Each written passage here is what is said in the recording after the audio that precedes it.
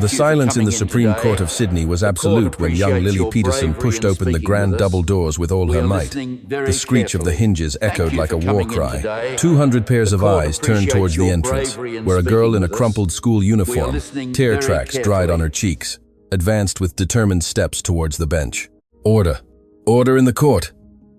The judge, Justice Robert Davies, a man confined to a wheelchair, banged his gavel against the bench. His gnarled hand, marked by years of legal battles, tightened around the wood. His stern gray eyes, hardened by decades on the bench, fixed on the small intruder. Who allowed a minor into the courtroom during proceedings? No one answered. The security guards exchanged confused glances. Lily had run so fast, she'd slipped through the metal detector before they could stop her. My dad is innocent. Lily's voice, clear and sharp, cut through the courtroom like lightning. You all know it, but no one wants to hear the truth. A murmur erupted. Journalists, their hands already reaching for cameras, whispered amongst themselves. In the dock, Dr. Marcus Peterson, Lily's father, a respected surgeon at Sydney's Royal Prince Alfred Hospital, lifted his head abruptly. His face was gaunt, his beard days old, the dark circles under his eyes speaking of sleepless weeks. Lily, no, he whispered, a desperate plea, trying to rise but restrained by the officers. Prosecutor David Vance, a man known for his theatrical flair, immediately stood.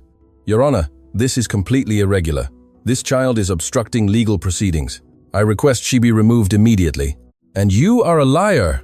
Lily spun towards the prosecutor, her small finger pointing without fear. You know my dad didn't kill anyone. You changed the evidence. The courtroom exploded. Davies' gavel struck once, twice, 3 times. Silence. Guards, remove the minor immediately. 2 security officers advanced towards Lily, but she was quicker. She darted directly towards the judge's bench, dodging outstretched hands. She slid between the lawyers' chairs like a shadow. Your Honor, my dad saved lives his entire existence. He was the best surgeon at RPAH. He operated on children for free. He helped everyone. Tears streamed down her face as she spoke. Child, understand this is a court of law, Justice Davies said, his voice controlled but firm, his hands gripping the armrests of his wheelchair. Emotions don't change facts. Your father is accused of medical negligence that resulted in a patient's death. The evidence. The evidence is fabricated. Lily reached the foot of the bench, close enough to see the veins in the magistrate's hands. And you know it. Everyone in this courtroom knows it. Doctor. Peterson closed his eyes, his daughter's outburst destroying any chance of future appeal. Dr. Monica Reyes, his defense barrister, stood nervously. Your Honor, I apologize on behalf of my client. The minor is obviously traumatized by... The child is telling the truth. An elderly voice rose from the public gallery. A woman, leaning on a cane, slowly stood. I was at that hospital the night of the incident. Doctor, Peterson did everything humanly possible to save that man. Madam, sit down immediately or you will be removed, the judge ordered. But others began to rise. First 1, then 3, then a dozen people in the gallery. My son is alive thanks to Dr. Peterson. He operated on my wife without charging a cent. That man is a hero, not a criminal. The gavel struck furiously. Guards rushed towards the gallery as chaos erupted. In the tumult, Lily seized her moment. She scrambled up the steps of the bench before anyone could stop her and stood directly before Justice Davies' wheelchair. Mr. Justice, her voice, now softer, cut through the air like a sharp knife. My mom died years ago. Dad is all I have. If you condemn him today, you will be destroying an innocent family. Davies looked at the child before him. For a fleeting moment, something flickered in his gray eyes. Pain, perhaps, or recognition, but his face quickly hardened. Child, justice isn't based on feelings. It's based on facts and evidence, and the evidence against your father is conclusive. Lily interrupted, her voice rising again. You speak of evidence when your own son was saved by my father? The entire court froze. Not a whisper, not a movement. All eyes flew to the judge, whose expression shifted dramatically. His knuckles turned white as he gripped the armrests. What? What did you just say? His voice emerged as a hoarse whisper. Your son, Your Honor. Lily pulled a folded piece of paper from her school uniform pocket. Years ago, when he was little, he had an accident. Doctors said he wouldn't survive, but my dad operated on him for 11 hours straight. Without rest, without giving up, he saved his life. Prosecutor Vance paled. Dr. Reyes stared at Lily, wide-eyed, unsure where the child had obtained such information. Dr. Peterson from the dock shook his head, knowing his daughter had crossed a dangerous line. That's irrelevant to this case, the judge stammered, his voice devoid of authority. I can't. You can't what? Lily took another step closer. You can't be fair. You can't look at the evidence truthfully. You're sitting there judging the man who gave you back your son, and now you're going to condemn him for something he didn't do. Child, stop now. Justice Davies raised his hand, his face flushing. You are in contempt of court. Gods. But Lily had gone too far to stop. In her childish mind, there was only one way to make this man understand. One way to break the barrier of indifference, separating the powerful from the powerless. She looked at the wheelchair, then into the judge's eyes, and uttered the words that would change everything. Let my father go, and I'll make you walk. The silence that followed was absolute, so dense it could be cut with a knife. And then, as if a floodgate had opened, laughter erupted throughout the courtroom. Lawyers laughed, journalists laughed, the public laughed, even the security guards exchanged incredulous smiles. A little girl had just promised to make a man who had been paralyzed for years walk. It was absurd, it was childish, it was impossible. Did you hear that? A journalist whispered to his colleague between chuckles. She's going to make the judge walk. This is front-page material. Poor creature, she's desperate, commented a woman in the gallery. Prosecutor Vance allowed himself a cruel smile. Your Honor, I believe this scene perfectly demonstrates the unstable mental state surrounding the accused's family. I request this be considered in sentencing. Even Dr. Reyes closed her eyes in frustration. Her case, already weak, had just become a joke. But Lily didn't flinch, didn't cry, didn't lower her gaze. You don't believe me, she said, looking directly into Justice Davies' eyes. You all laugh, but I know something you don't. And what is that, child? The judge asked, his voice weary, his patience exhausted. What is it that you know that we, with years of experience, don't? Lily leaned forward, so close only the judge could hear her clearly. I know you can walk. The words dropped like a silent bomb. Justice Robert Davies' face transformed. The color drained completely from his skin. His hands began to tremble visibly. His eyes widened with a mixture of shock, fear, and something else. Terror. What did you say? He whispered, his voice barely audible. You can walk, Lily repeated, loud enough this time for the nearest lawyers to hear. And I can prove it. The courtroom, moments before roaring with laughter, now held a sepulchral silence. Something in the girl's tone, something in the judge's reaction, had completely altered the atmosphere. Prosecutor Vance jumped to his feet. Your Honor, this is ridiculous. The child is making baseless accusations. I demand she be removed and prosecuted for contempt. But Justice Davies didn't respond. He stared at Lily, as if seeing a ghost. His lips moved without sound. Sweat began to form on his brow. Your Honor, Dr. Reyes ventured. Are you all right? Lily pulled something else from her pocket. A small, yellowed envelope. She placed it on the judge's desk with steady hands. This, she said, her voice clear, is a letter my dad never wanted to show. He told me patient confidentiality is sacred, but I'm not a doctor, and my dad is about to go to prison for something he didn't do. The judge looked at the envelope as if it were a venomous snake. He didn't touch it, didn't open it, but everyone in the room could see he recognized it. What is that? The prosecutor demanded, advancing towards the bench. It's the truth, Lily answered, turning to face the entire courtroom. My dad kept this secret for years, but if you're all going to destroy his life based on lies, then I will save his life by telling the truth. She looked again at the judge, who was now trembling visibly in his wheelchair. That envelope contains the medical records proving your paralysis isn't real. It has the test results my dad did when you begged him to keep the secret, when you pleaded with him not to say anything. Because the gavel struck with such force that it splintered. Justice Davies was on his feet. No, wait. He was still seated, but his entire body leaned forward, neck muscles taut, eyes bloodshot. Guards, remove this child immediately and confiscate that envelope. But Lily was faster. She grabbed the envelope and held it high above her head. If anyone touches me, I'm going to read this out loud for the entire court, for all the press, for the whole country. The guards froze. Journalists frantically pointed their cameras. Prosecutor Vance looked between the girl and the judge, clearly confused about what on earth was happening. Dr. Peterson, from the dock, whispered in horror, Lily, no, Please don't do this. But his daughter had already made her decision. I'll make a deal, Mr. Justice, she said, with an age-inappropriate calm. Release my father right now. Acknowledge this trial is a fraud, and I will destroy this envelope. Your secret will die with me. But if you condemn my father today, then the whole world will know the truth about you. The entire court held its breath. This was no longer Dr. Marcus Peterson's trial. This had become something much bigger, something no one had seen coming. Justice Robert Davies looked at the child before him, then at the journalists, then at the envelope she held like a weapon. His career, his reputation, his entire life hung in the balance, in the hands of a child. You don't understand what you're doing, he whispered, his voice broken. I understand perfectly, Lily replied. I'm saving my dad, no matter the cost. And in that moment, as cameras captured every second, as the entire court waited with bated breath, Justice Robert Davies did something no one expected. He began to cry. Tears streamed down Justice Davies' face as the silence in the courtroom became unbearable. These weren't discreet tears. They were ragged sobs that shook his shoulders, making his wheelchair tremble slightly. No one in that room had ever seen a magistrate break down like that. Your Honor, Prosecutor Vance stammered, utterly lost. You need a recess. But the judge didn't respond. He covered his face with his hands, his fingers pressing against his temples, as if trying to stop an ache that came from deep within. Lily, still holding the yellowed envelope aloft, felt, for the first time, a pang of doubt pierce her chest.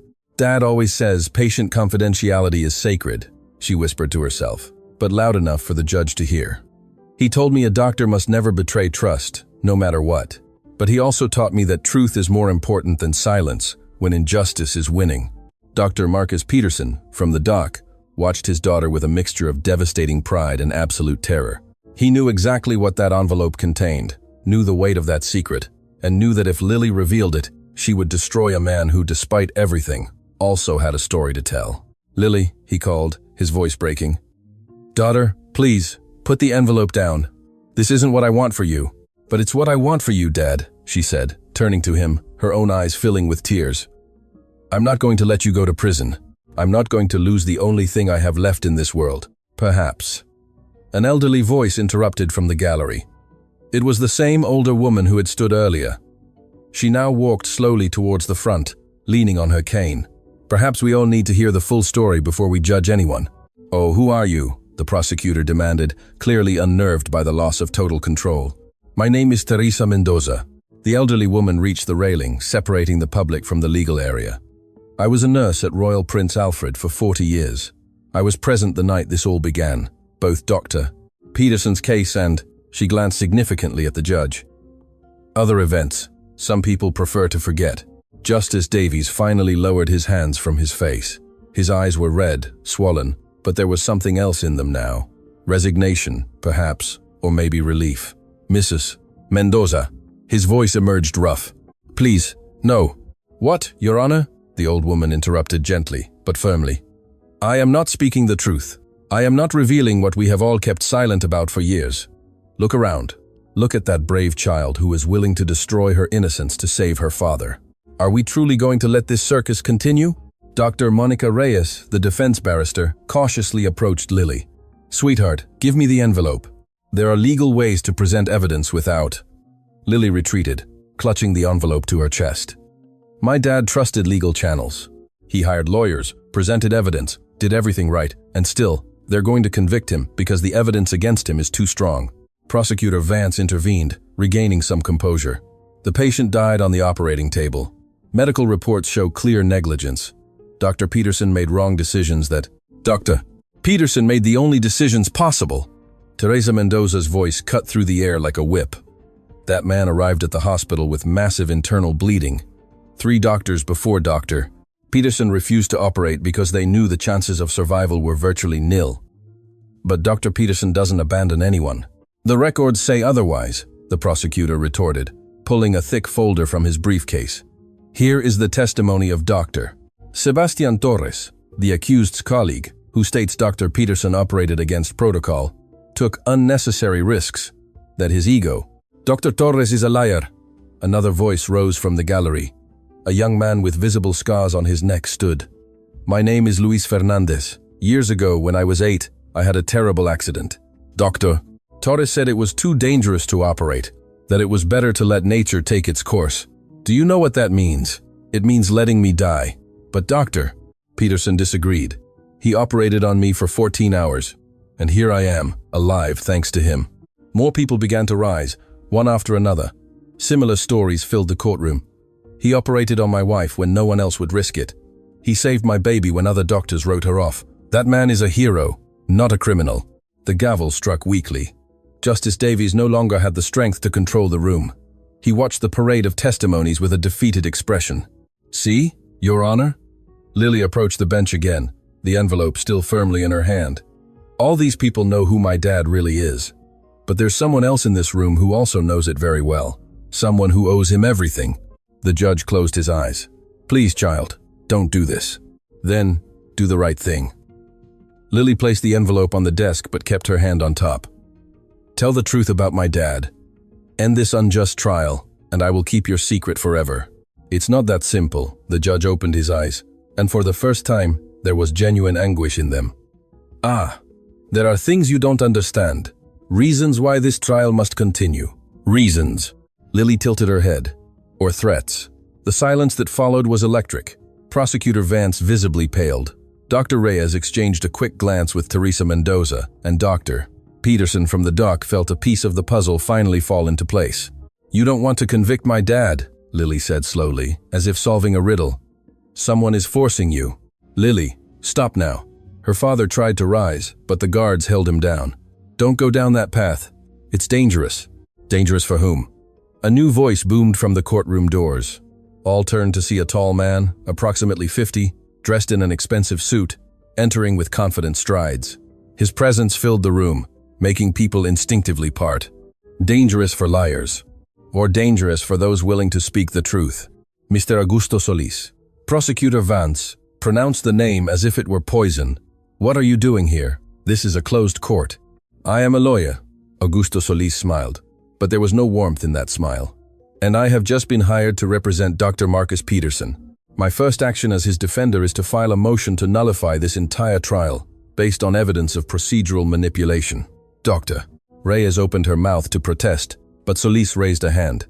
Dr. Reyes, no offense, but you were assigned to this case precisely because your workload makes you less effective. That was no coincidence. It was planned.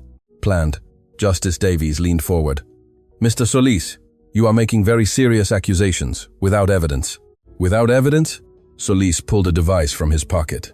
I have recordings, conversations between Prosecutor Vance and certain individuals who prefer to remain in the shadows. Conversations where it's discussed exactly how to ensure Dr. Peterson's conviction, regardless of the truth. The court exploded in murmurs. Prosecutor Vance jumped to his feet, his face crimson. That is absolutely false. I demand that device be confiscated immediately.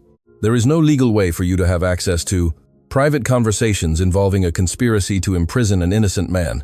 Solis arched an eyebrow. You are right, prosecutor. There is no legal way for me to have this, but here it is, and it's complete with dates, times, and names. Lily looked at the newcomer with a mixture of awe and suspicion. Who are you, really? Why are you helping my dad? Augusto Solis looked directly at her, and for the first time, his expression softened.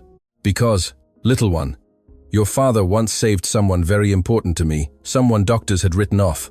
And because I have spent years waiting for the right moment to repay that debt. Who? Lily asked. My daughter, Solis replied simply. Years ago, when she was your age, she had a brain aneurysm. Dr. Peterson operated on her when 5 different surgeons said it was impossible. Today, she's studying medicine because she wants to be like the man who gave her a second chance at life. Tears ran down Lily's cheeks. So, there are more people my dad saved? Hundreds. Teresa Mendoza intervened. During his career, Dr. Peterson has saved hundreds of people whom other doctors considered lost causes. But that also made him enemies. Enemies. Dr. Reyes finally found her voice. Are you saying this trial is revenge? Not just revenge. Solis walked to the center of the room, his voice projecting for all to hear. It's a message. A message to all doctors who think of putting their patients above profits. To those who refuse bribes from pharmaceutical companies. To those who expose corrupt medical practices. Those are very serious accusations, Justice Davies said. But his voice lacked conviction. And I can prove everyone, Solis placed a briefcase on the defense table. But first, Your Honor, I need you to make a decision. Are you going to allow the truth to come to light, or are you going to continue being part of this farce? The judge looked at Solis, then at Lily, who still held the yellowed envelope, then at the dozens of people in the gallery, all looking at him with hope and supplication. Finally, his eyes fell on Dr.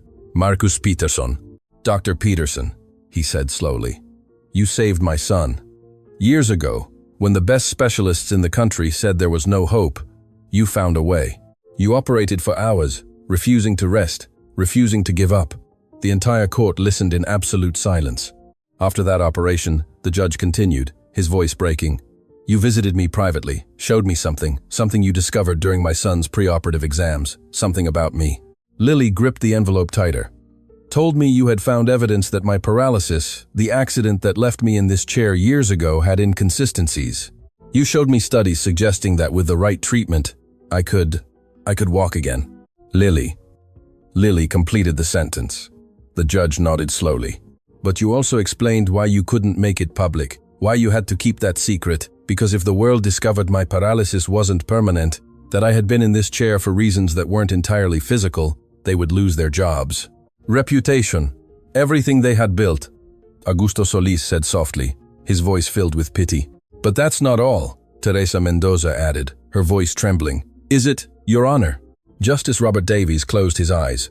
When he opened them again, he had made a decision. No, he admitted. It's not all.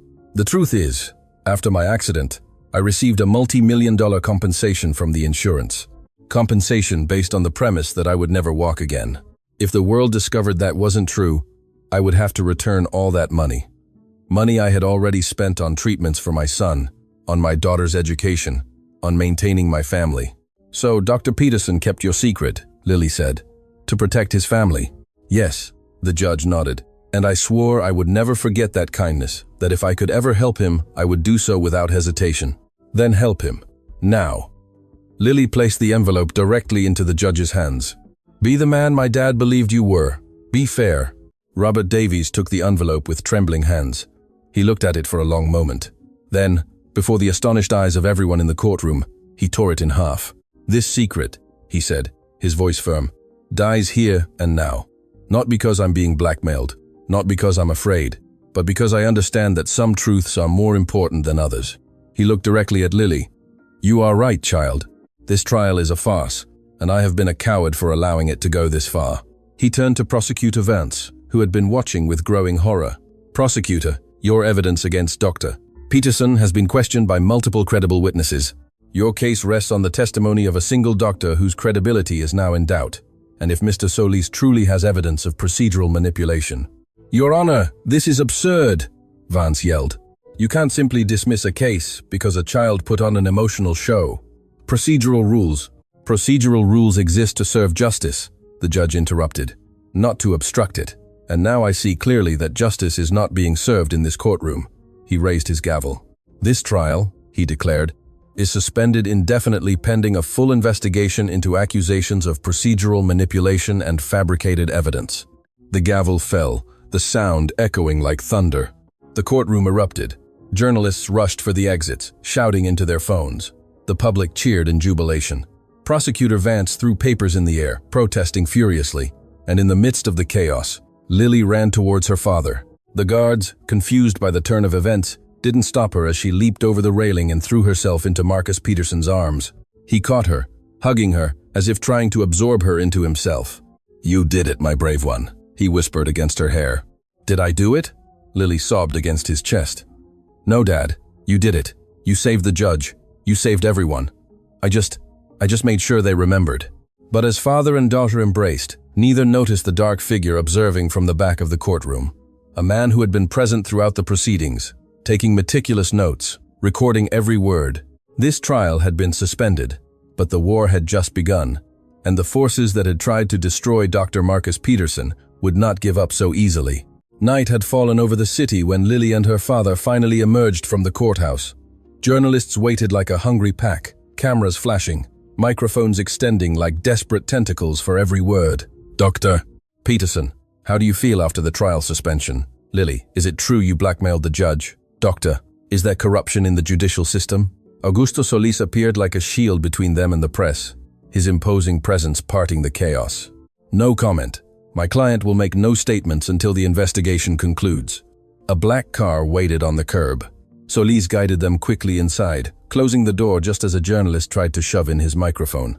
The vehicle sped off, leaving the media circus behind. Inside the car, Lily finally allowed herself to tremble. The adrenaline that had sustained her courage for hours was evaporating, leaving her exhausted and scared.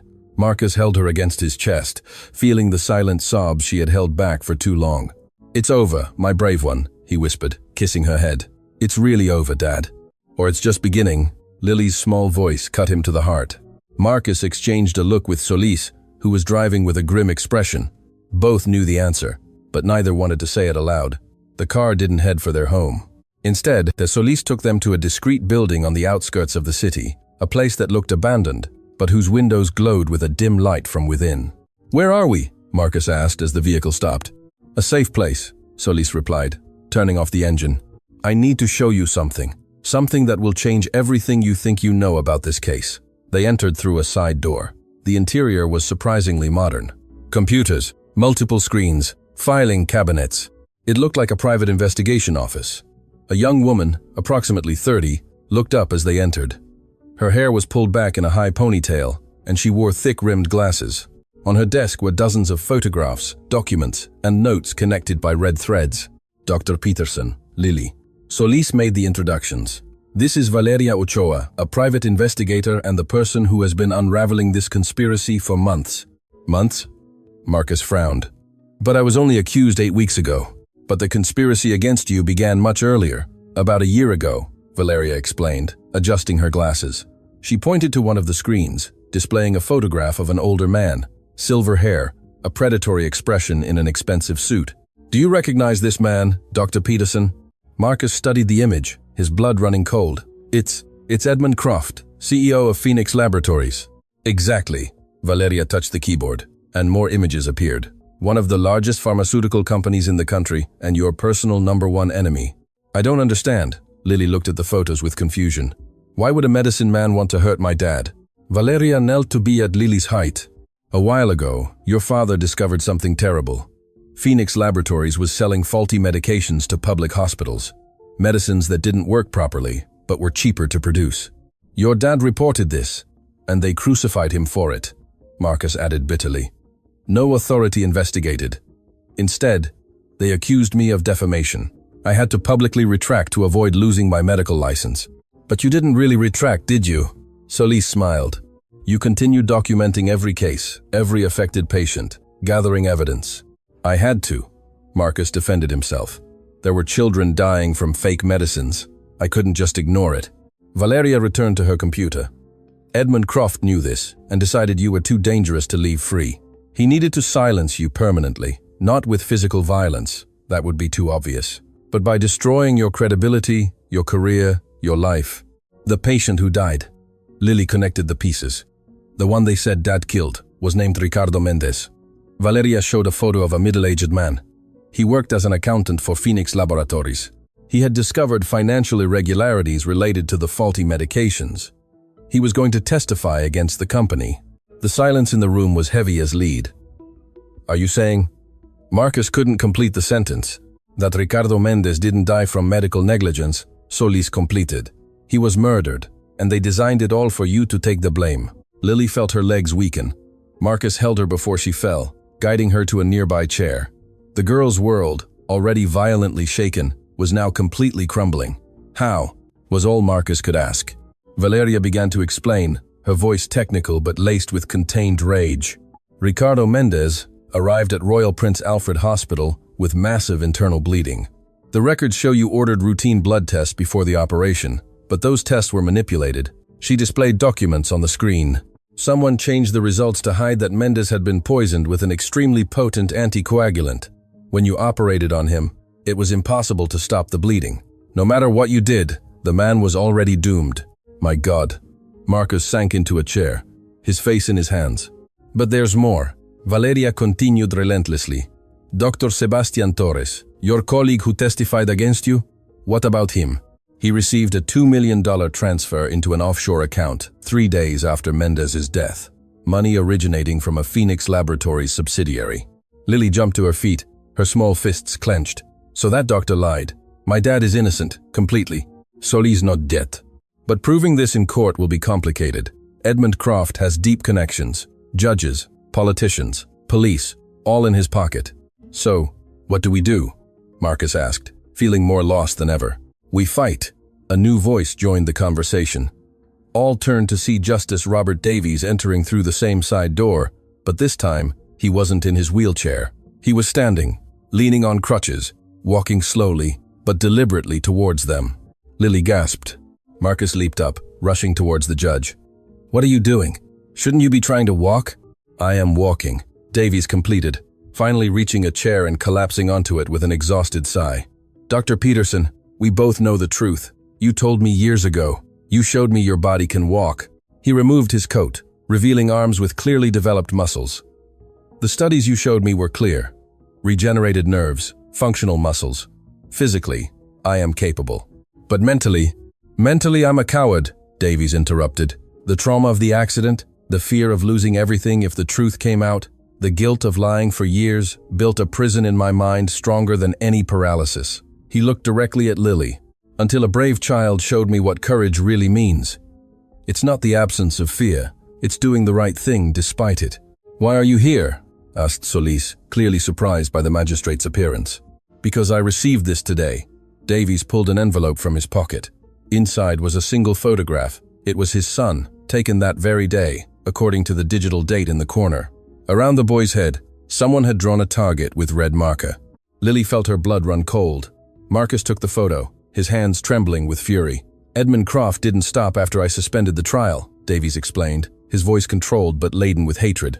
He called me personally, told me that if I didn't condemn Dr. Peterson in the new trial, my family would pay the price. And what did you reply? Valeria asked. That he could go to hell, Davies replied simply. I'm tired of being his puppet.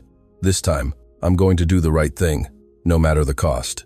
He stood up again, leaning on the crutches. The effort was visible. Sweat ran down his forehead, but he remained upright. Dr. Peterson, you saved my son when no one else would risk it. You taught me that some secrets weigh more than lies. Now, I will do the same for you. I will testify about the conspiracy, about the threats, about everything that will destroy his career. Perhaps, Marcus warned. Perhaps, Davies nodded. But at least I will be able to look my son in the eye without shame. A phone rang, breaking the moment. Valeria answered. She listened briefly, her face paling. What is it? Solis asked immediately. It's my contact at the police. They just issued an arrest warrant for Dr. Peterson. They say he violated the terms of his provisional release by leaving the city without permission. But I didn't leave the city, Marcus protested. We know, Solis growled. But Croft doesn't need it to be true. He just needs an excuse to lock you up again. How much time do we have? Asked Davies. Patrol cars are on their way. 15 minutes, maybe 20. Lily felt panic flood her. They had just freed her father, and now they were going to arrest him again. All the sacrifice, all the pain had been in vain. No, she said aloud, surprising herself with the firmness of her tone. We're not going to let them win, Lily, darling, Marcus began. No, Dad, she interrupted. And there was something in her eyes that made everyone in the room pay attention. That bad man thinks he can scare us. He thinks we're weak because we're good. She turned to Valeria. You said you have evidence against him, right? All those photos and papers? Valeria confirmed. Yes, but it's not enough for a criminal case without supporting testimonies. Then let's get testimonies, Lily declared. My dad has saved hundreds of people. All those people who stood up in court, all of them can speak, can tell their stories. That won't stop the arrest warrant, Solis pointed out. But it can create public pressure. Davies understood where Lily was going. If we expose this publicly, if we make people see this is a witch hunt, Edmund Croft will have to back down. Valeria completed, her eyes shining with renewed hope. His power is based on operating in the shadows. If we drag him into the light, he will burn. Solis smiled dangerously. A plan began to form. Fast, risky, possibly disastrous. But it was their only chance. Valeria and Solis took charge. I need you to contact every independent journalist you know, those not in Croft's pocket. Organize a press conference for tomorrow morning. Teresa Mendoza, Marcus added. She knows all the patients I've treated. She can arrange testimonies. I will contact my colleagues in the judiciary, Davies offered. Those who are tired of the corruption. There are more than Croft thinks. And me? Lily asked. What can I do? Marcus knelt before her, taking her small hands in his. You, my brave one, are going to do the hardest thing of all. You are going to trust that the adults will finally do things right. And if they can't, tears filled her eyes. And if they take you again. He kissed her forehead. You've already taught me that a child with courage can change the world. I trust you will find a way to save us again. The sound of sirens began to echo in the distance. Everyone tensed. We have to move. Solis pushed Marcus towards a back door. There's a tunnel leading to the next building. Valeria, destroy any evidence of you being here. Wait. Davies stopped Marcus with a hand on his shoulder. Doctor, if we don't see each other again, we'll see each other again. And when that happens, Marcus interrupted, I want to see you walking without those crutches. Davies smiled weakly. It's a deal. Lily, Marcus, and Solis disappeared through the back door just as the sirens became deafening outside. Valeria frantically began gathering documents. Packing everything into boxes she would toss out the back window to a waiting truck. Justice Robert Davies was left alone in the room, listening to police boots pounding on the pavement outside. He stood up again, without the crutches. This time his legs trembled, threatening to collapse, but he stood firm. For my son, he whispered to himself. For all the children who deserve a better world. When the officers burst through the front door, they found only the magistrate standing in an empty room. And for the first time in years, Robert Davies felt no fear. He felt purpose. Somewhere in the city, in a luxurious office on the top floor of a skyscraper, Edmund Croft received the news that Dr. Peterson had escaped. He smiled. Perfect, he said into the phone. Now he's a fugitive. That makes things much easier. He hung up and dialed another number. Activate Plan B, he ordered. It's time the little Lily learned what happens to those who cross me. The night grew darker, and the real war had just begun. Dawn's light was just beginning to filter through the windows of the small apartment, where Lily and her father had taken refuge. It was a modest place in a forgotten neighborhood, provided by one of the patients Marcus had saved years ago. No one would look for them there, or so they thought. Lily hadn't been able to sleep. Every noise on the street startled her. Every shadow seemed threatening. She was sitting on the worn sofa, hugging a pillow when she heard her father speaking softly on the phone in the adjoining room. Teresa, I need you to trust me, Marcus was saying. Gather everyone you can for the conference. Every patient, every testimony counts. Lily rose silently and approached the half-open door. I know it's dangerous, her father continued. But if we don't act now, Croft will win. And he won't just destroy me, he'll destroy anyone who dares to expose his crimes. He hung up and turned, meeting his daughter's eyes, watching her from the doorway. You couldn't sleep. It wasn't a question, Dad. Lily entered the room. What's going to happen to us? Marcus hugged her tightly. We're going to win, my brave one, because the truth. The sound of breaking glass exploded from the living room. Both froze. Then voices, heavy footsteps. Too many to be normal police. The back door, Marcus whispered urgently, pushing Lily towards the small balcony. Go down the emergency ladder. Run to the corner cafe. Ask for Claudia. She'll protect you. I'm not leaving you. Lily clung to him. You have to. The urgency in his voice scared her more than anything. If they catch both of us, there will be no one to tell the truth. He pushed her towards the balcony. Go. The bedroom door burst open. 3 men entered, their faces covered by dark balaclavas. They weren't police. They were something much worse. Dr. Marcus Peterson, one of them, spoke in a distorted voice. Mr. Croft wants to have a conversation with you. Let me go. Marcus struggled as they grabbed him, his eyes fixed on Lily, who was paralyzed with terror. My daughter has nothing to do with this. On the contrary, another of the men turned to Lily. The child is exactly what we need to ensure your cooperation. Lily ran. Her legs carried her to the balcony as she heard her father cry her name. She scrambled down the metal steps so fast she almost fell. Her bare feet slapped against the cold metal, tears blurring her vision. She reached the alley and ran. She ran faster than she had ever run in her life. She could hear footsteps behind her, voices shouting to stop. The cafe was 2 blocks away, so close, so far. A black car appeared out of nowhere, blocking her path. Lily tried to change direction, but strong arms lifted her off the ground. She screamed, kicked, bit, but it was useless. Calm down, little one. A familiar voice spoke. Lily stopped struggling, looking up in absolute shock. It was Dr. Sebastian Torres. "You," she whispered in horror. "You lied about my dad." Yes, Torres placed her in the back seat of the car, but not roughly, with something that almost resembled guilt. "And now I'm going to make amends." The car sped off. Lily pressed against the window, watching as the men chasing her fell behind, confused. Torres drove with precision, taking back streets he clearly knew well. "Where are you taking me?" Lily demanded, trying to sound brave, though her voice trembled. "To a safe place," Torres replied. "And then you're going to hear something your father never wanted you to know." They drove for 20 minutes, arriving at an abandoned hospital on the outskirts. Torres stopped the car and turned to Lily, removing the glasses he always wore. His eyes were red, tired. 2 years ago, he began without preamble. "My youngest son got sick. Aggressive leukemia. He needed an incredibly expensive experimental drug. I didn't have the money." Lily listened silently, not understanding where this was going. "Edmund Croft came to me," Torres continued, his voice breaking. "He offered me a deal. He would pay for my son's entire treatment. If I did what he asked when the time came." "Lie about my dad. Lie about my dad," Lily completed. "Yes," Torres nodded miserably.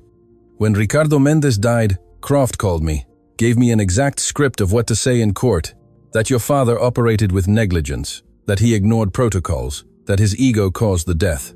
And you accepted." Lily's voice was filled with contempt. "My son was dying."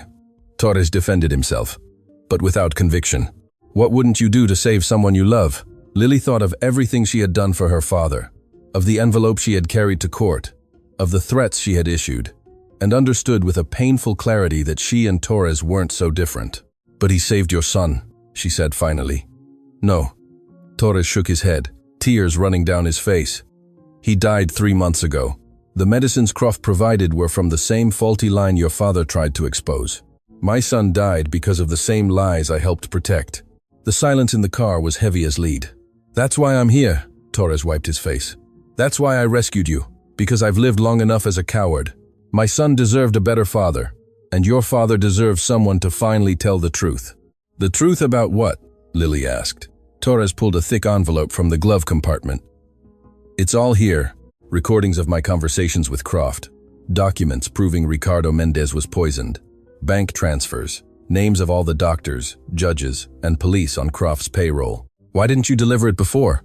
"I was scared," he admitted. "Croft threatened me. Said if I spoke, my family would pay. But then I saw a 10-year-old girl do what I didn't have the courage to do. I saw your bravery in that courtroom, and I was so ashamed of myself that I couldn't keep living with that guilt." He handed the envelope to Lily. "Take this to Augusto Solis. He'll know what to do. It's the only copy. If anything happens to it, Croft wins. And you? I'm gonna get your father back." Torres started the car again. "I know where they have him. While Croft thinks I'm on his side, I can move freely." "How do I know you're not deceiving me?" Lily challenged. Torres looked at her through the rearview mirror. "You don't. But your father once trusted in people's kindness, even when he shouldn't have. I guess we're both betting that some of that kindness still exists in this world." He drove her back to the city, but not to the apartment. He dropped her off in front of the building where Valeria had her office. Before Lily got out, Torres spoke one last time. "Tell your father I'm sorry, that if I could go back." "You can go back by doing the right thing now," Lily interrupted. Torres nodded, a shadow of a sad smile on his face. "You're wiser than many adults I know. Your father must be very proud." The car drove away, leaving Lily alone on the pavement, with an envelope containing their fate. She ran up the stairs and banged frantically on Valeria's door. Augusto Solis opened it, his expression shifting from surprise to alarm as he saw the child alone. "Where is your father?" "They took him." Lily entered quickly, handing him the envelope. "But we have this." "Dr. Torres." He changed sides. "This has everything we need." Valeria took the envelope and began to examine its contents. Her eyes widened with each document, each recording, each piece of incriminating evidence. "My God," she whispered. This is enough to destroy Croft completely, to lock up dozens of people. It's why they'll kill my dad if they find out it exists," Lily completed. Solis's phone rang. He answered, listened briefly, and his face paled. "It's Rodrigo Davies," he said when he hung up. "He just received a message from Croft. If we don't hand over all the evidence and dismantle the press conference within the next 3 hours, they will kill Dr. Peterson." Lily felt the world stop. They had the evidence, but they were about to lose the only thing that mattered. "What do we do?" Valeria asked, looking between Solis and Lily. The child straightened up, wiping away tears that had begun to form. In her eyes, there was something new. It wasn't just bravery or desperation, it was absolute determination. "We do both," she said in a firm voice. "We save my dad and destroy Croft at the same time." "How?" Solis asked. Lily smiled. It wasn't a child's smile. It was the smile of someone who had learned to play the adult game and was ready to win. "With the only power Croft can't buy or threaten," she replied, "the truth. Live for the whole world." And she began to explain a plan so risky, so impossible, that it could only work if everyone played their part perfectly. The clock was ticking towards 3 hours. The final battle was about to begin.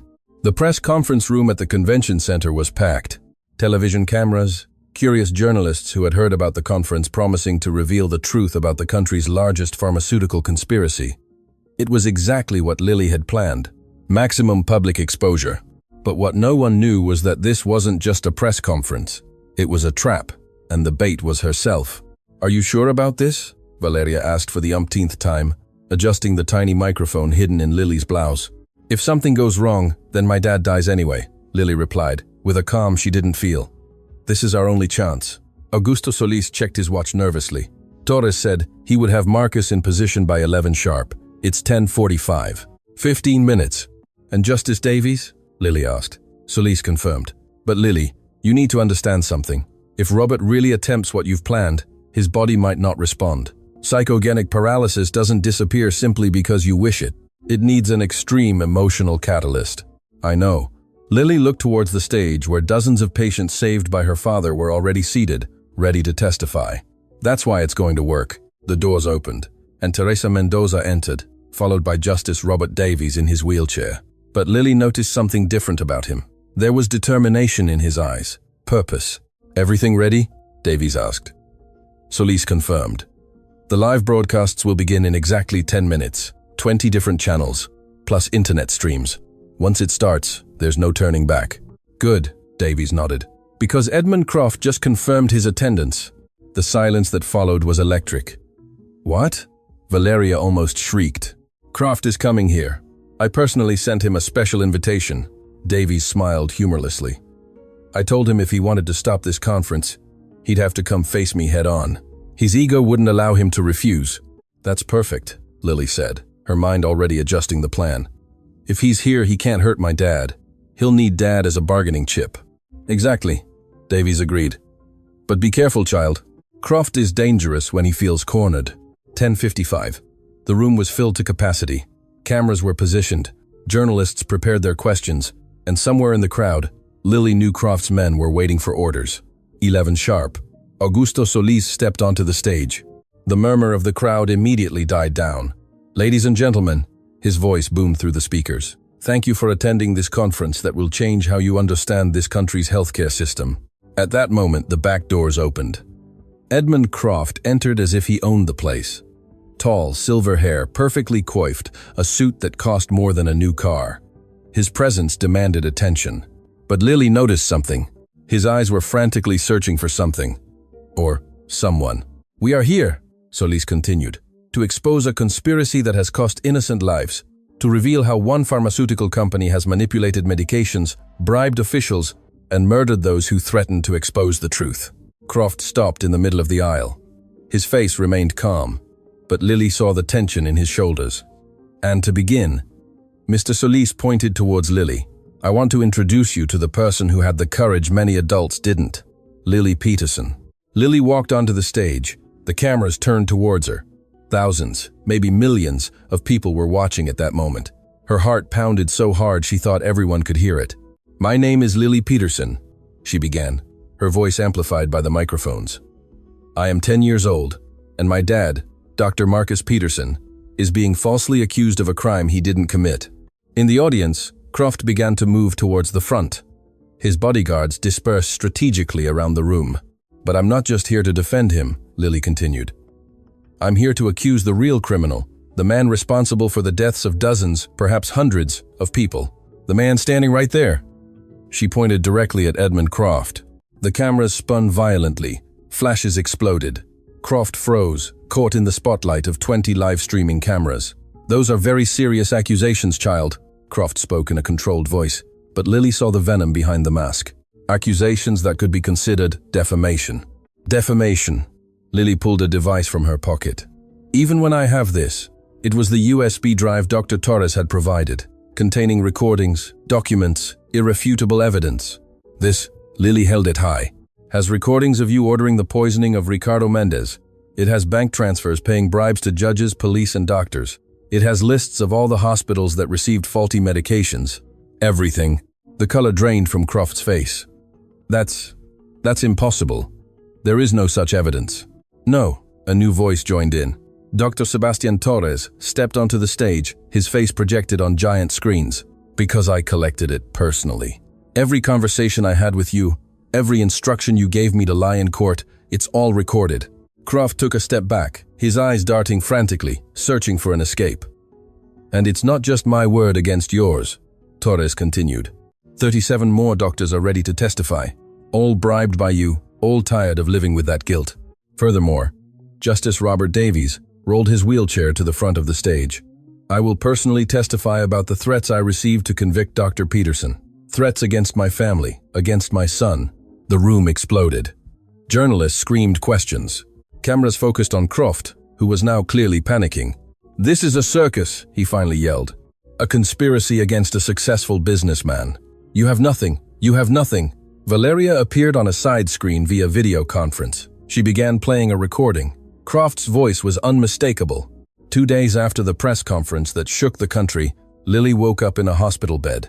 She wasn't injured, but the emotional and physical exhaustion of the past few weeks had finally caught up with her. Doctors insisted she needed rest and observation.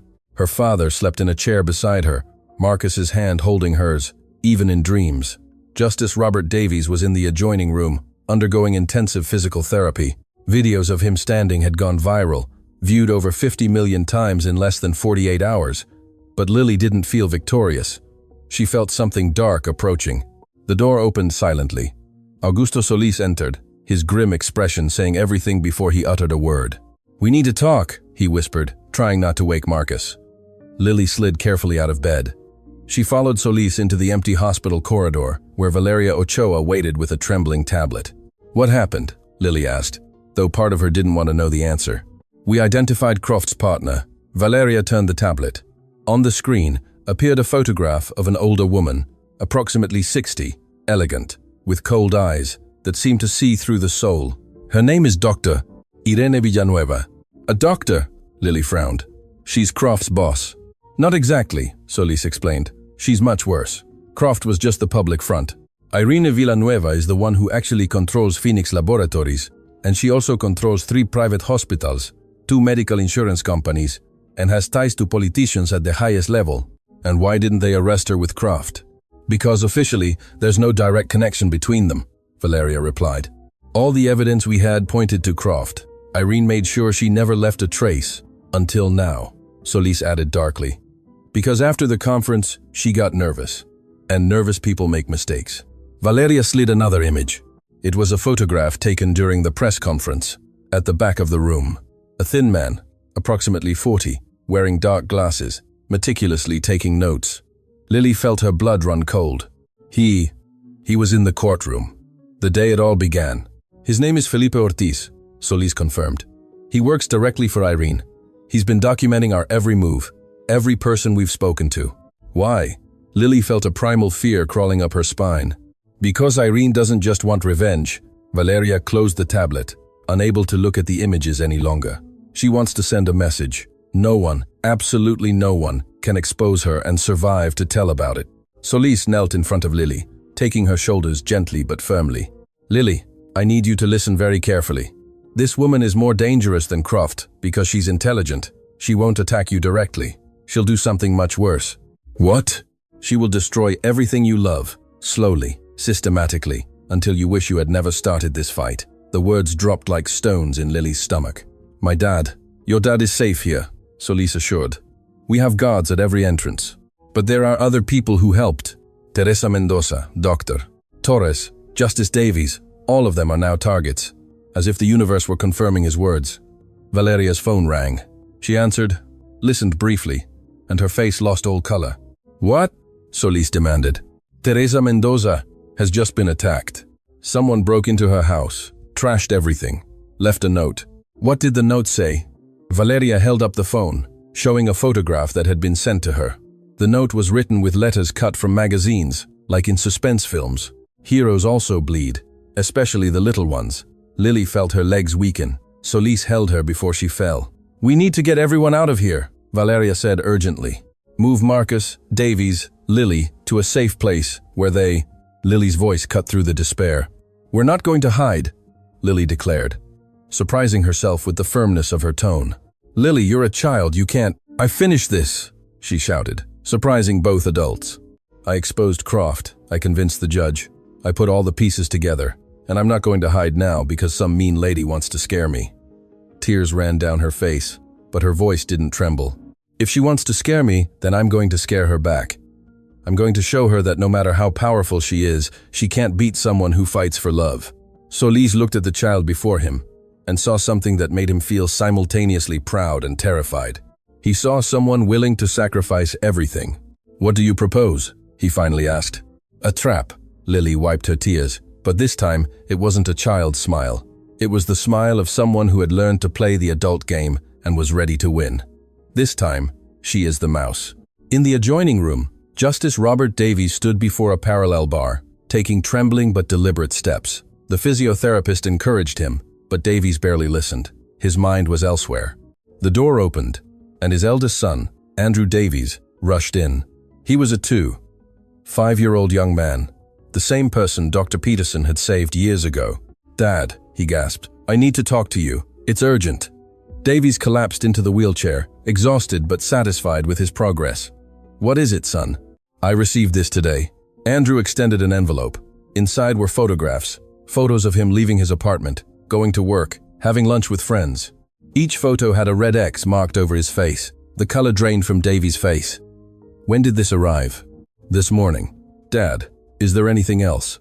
They said if you testify against Croft's organization in the upcoming trial, I will… No, Davies interrupted, his voice broken. I won't let anything happen to you. You're going to retract. Andrew knelt before his father, tears streaming down his face. After everything that happened, Dad, listen to me. For years I watched you live in that chair, a prisoner not of your body, but of your fear. And now, when you finally found the courage to stand up, you're going to sit back down. But you're my son. I can't risk. Dr. Peterson saved me when I was 8 years old, Andrew interrupted. He gave me a second chance at life. And you know what I did with that chance? I studied medicine. I became a pediatrician. I've saved dozens of children because someone saved me first. Tears ran down Davies' face. If we die protecting what is right, Andrew continued, then we die honoring the life Dr. Peterson gave back to me. But if we live as cowards, then he saved me for nothing. Father and son embraced, both crying, both terrified, both determined. At that moment, Lily appeared at the door with Solis and Valeria. Mr. Justice, she said in a firm voice, we need your help once more, but this time it will be more dangerous than ever. That night, in a mansion on the outskirts of the city, Dr. Irene Villanueva was receiving reports from Felipe Ortiz. The threats have been delivered, Felipe reported. Teresa Mendoza is terrified. The judge's son too. In 24 hours, everyone will be too scared to testify. And the girl? Irene asked, taking a sip of expensive wine. She's in the hospital, guarded, but vulnerable. Well, Irene smiled. Children are always the hero's weakness. When Dr. Peterson sees what we will do to his daughter. Excuse me for interrupting. A new voice joined the conversation. Both turned to see Dr. Sebastian Torres entering through the main door, escorted by security guards. Dr. Torres. Irene stood up, genuinely surprised. What are you doing here? I've come to make a deal, Torres replied, his voice weary. I know you're planning to harm Lily, and I cannot allow another child to die because of this organization. Your son already died, Doctor, Felipe said cruelly. What else can you lose? My soul, Torres replied simply. I've already lost my son. I've already lost my honor. But there's one thing I won't lose, the chance to do one right thing before I die. Irene studied him carefully. What are you proposing? Let me take Lily out of the hospital, Torres said. I'll give you a perfect opportunity to do what you have to do. In return, Leave Dr. Peterson and everyone else alone. Why would we make that deal? Felipe distrusted. We can simply take the child when we want. You can't. Torres smiled bitterly. Because now she has guards, because the media follows her constantly. Any obvious move will be seen. But if I, the man who supposedly saved her, take her out of the hospital saying it's to protect her, no one will suspect. Irene considered this. And what do you gain from this deal? Peace, Torres replied. The peace of knowing I at least saved one thing in this mess. Save the girl by having her hand over Dr. Peterson.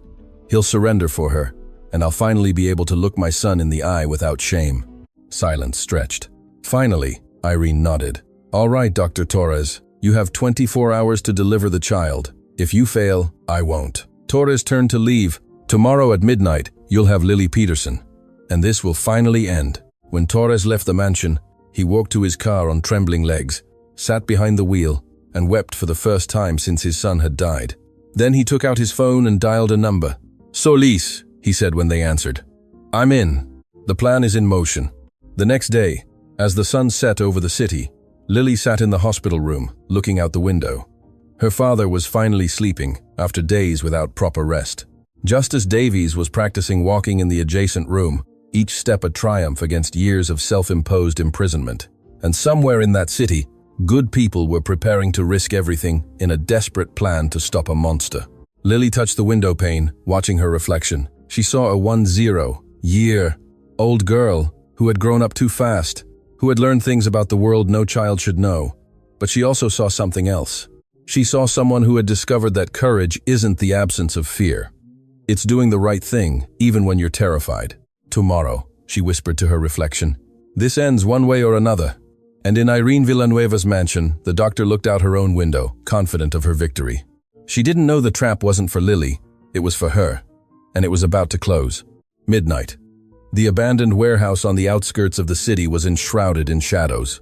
Lily walked hand in hand with Dr. Sebastian Torres, who was supposedly taking her straight into Irene Villanueva's hands. But what no one could see were the 30 federal agents hidden in the upper rafters, the microscopic cameras sewn into Lily's clothes, and the snipers positioned in nearby buildings. Are you scared? Torres asked softly as they approached the warehouse doors.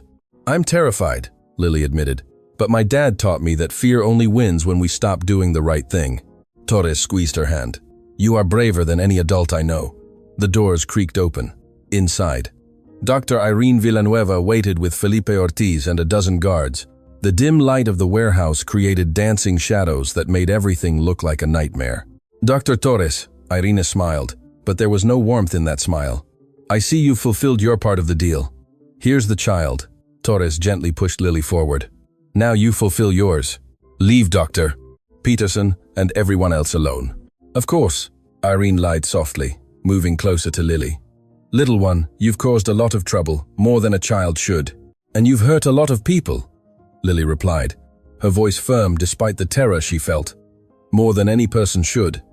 Irene crouched to be at Lily's height. Do you know what happens to girls who don't stay quiet? They become women who change the world, Lily replied, looking directly into her eyes. For a moment, something flickered in Irene's expression. Surprise, perhaps, or involuntary respect. Pity, she said finally, standing up. We could have used someone with your determination in our organization. Felipe, take her to the… Where exactly? A new voice echoed through the warehouse. The main lights flickered on, momentarily blinding everyone. When their vision cleared, Augusto Solis stood at the main entrance, flanked by federal agents with drawn weapons. Dr. Irene Villanueva, Solis announced formally, you are under arrest for conspiracy to commit murder, trafficking in counterfeit drugs, bribery of public officials, and approximately 37 additional charges. Irene's face transformed from confidence to fury in an instant. How? How did we know you would come personally? Because I studied your psychological profile for months. Torres stepped forward, away from Irene's guards. You never entrust dirty work to others. You always want to be present for the final blow. Your ego won't allow you to do otherwise. Traitor! Felipe tried to reach for his weapon, but 3 agents tackled him before he could touch it. I am not a traitor, Torres said calmly, as Felipe was handcuffed. I am a father who lost his son because of this organization, and now I will ensure no other father goes through the same thing. Irene tried to retreat towards a back exit, but found her path blocked. Justice Robert Davies emerged from the shadows, but not in his wheelchair. He walked slowly with a cane for support, but he walked with restored dignity. "Dr. Villanueva," he said, and his voice carried the weight of years of justice finally being served. "In my capacity as a senior court magistrate, I will personally ensure you face every charge, every life you destroyed, every family you ruined." "You," Irene pointed at him with a trembling finger. "You were paralyzed." "How?" "A brave child taught me that the prisons we build in our minds are stronger than any physical cage," Davies replied, "and that the only path to real freedom is doing the right thing, no matter the cost." Lily ran towards him. Davies extended his free arm, and she took refuge against his side as agents surrounded Irene. "This doesn't end here," Irene hissed, as she was handcuffed. "I have lawyers, connections, friends in high places." Had Valeria Ochoa appeared holding a tablet. "Because in the last 30 minutes, while you were here, federal agents simultaneously arrested 17 corrupt officials on your payroll, including 2 senators, 5 judges, and the director of the Drug Regulatory Agency," as Irene paled. "Because Lily didn't just plan to trap you," Solis explained. "She planned to dismantle your entire network. Every name on Torres's documents, every bank transfer, every recorded conversation. We used it all." "A child," Irene whispered, in absolute disbelief. "A 10-year-old child destroyed me." "No," Lily spoke with a clear voice.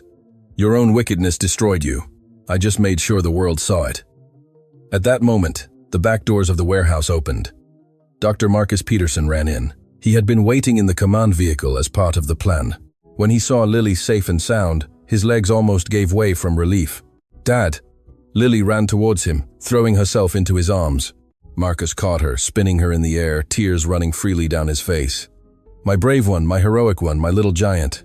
"We did it, Dad!" Lily sobbed against his neck. "It's over. We're safe now." "Thanks to you," Marcus lowered her, kneeling to look her in the eyes. "Thanks to your courage, your intelligence, your enormous heart that never stopped believing in what is right." Father and daughter embraced as agents, led Irene Villanueva away in handcuffs. Teresa Mendoza, who had been coordinating from the command center, entered the warehouse with tears in her eyes. "Dr. Peterson," she said, her voice choked. "For 40 years, I've seen a lot in hospitals, but I've never seen anything like what this child did for you."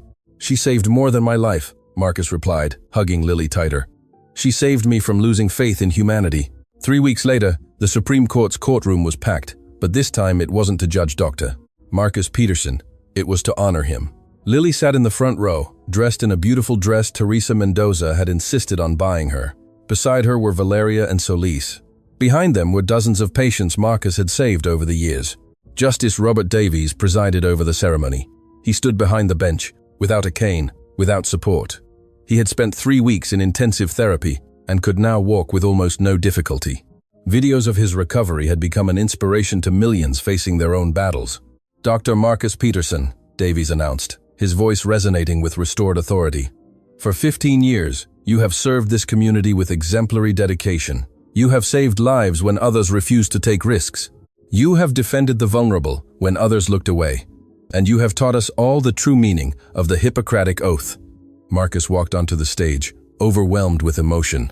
"But more importantly," Davies continued, "you taught us that true greatness lies not in never falling, but in rising every time we fall. In my case, literally." Soft laughter filled the room. "Therefore, it is my honor to present you with the Medal of Civic Merit, the highest distinction this court can bestow.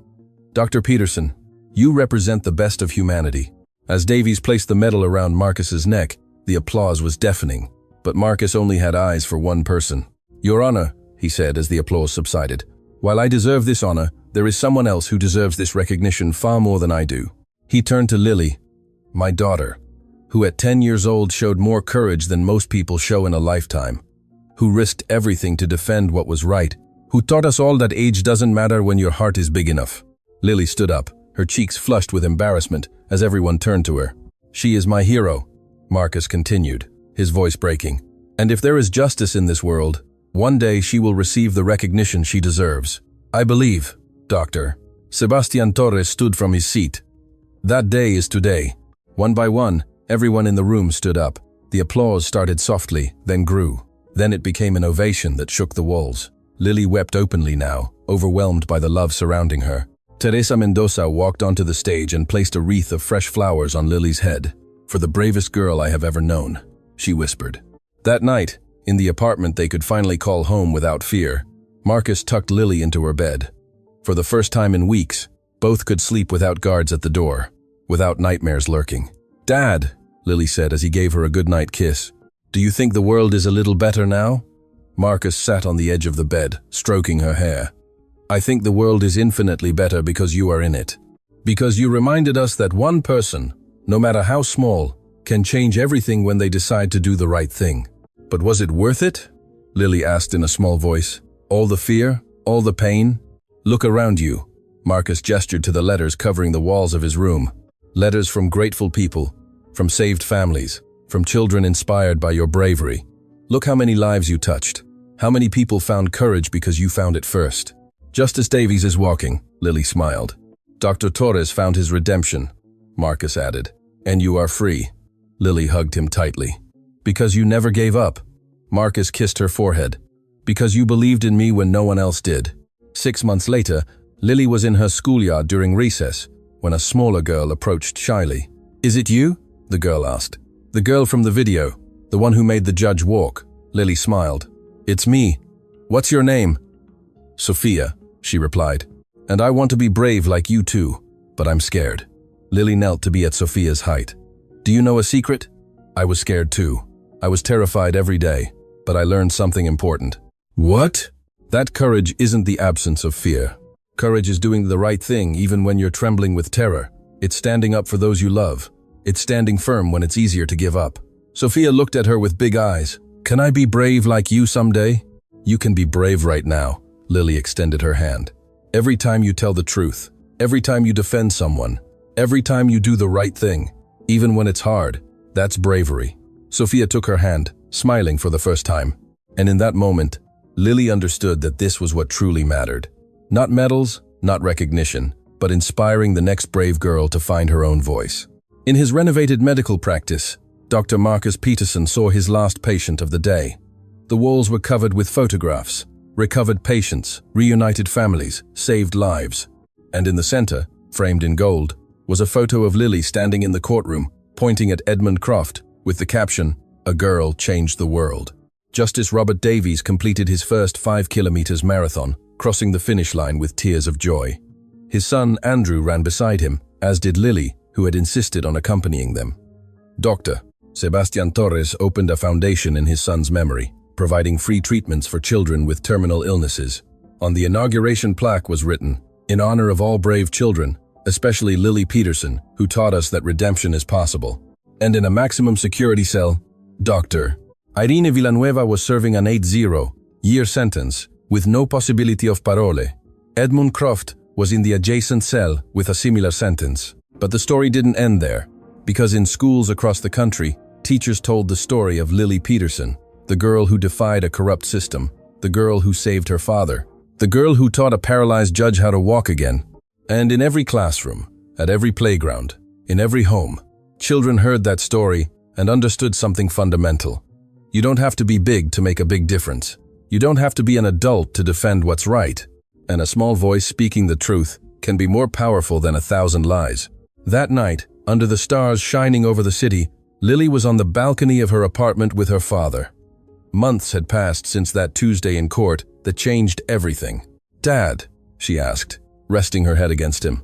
"Yes, my brave one. If you had to go through it all again, would you?" Marcus hugged her tighter. "Every second of pain, every moment of fear, every tear. I would do it all again if it means having this moment with you now. Free, together, victorious." "Me too," Lily whispered. "Because I learned that love always wins. Maybe not immediately, maybe not easily, but in the end, love always wins." And as the stars shone above, father and daughter stood embraced, knowing they had fought the hardest battle of their lives and won, not because they were stronger, not because they were smarter, but because they never stopped believing in the power of doing what is right. And that, in the end, is the lesson the world needs to remember. That one brave person can change the world, especially when that person is small, determined, and has a heart big enough to love. Even when taught to hate,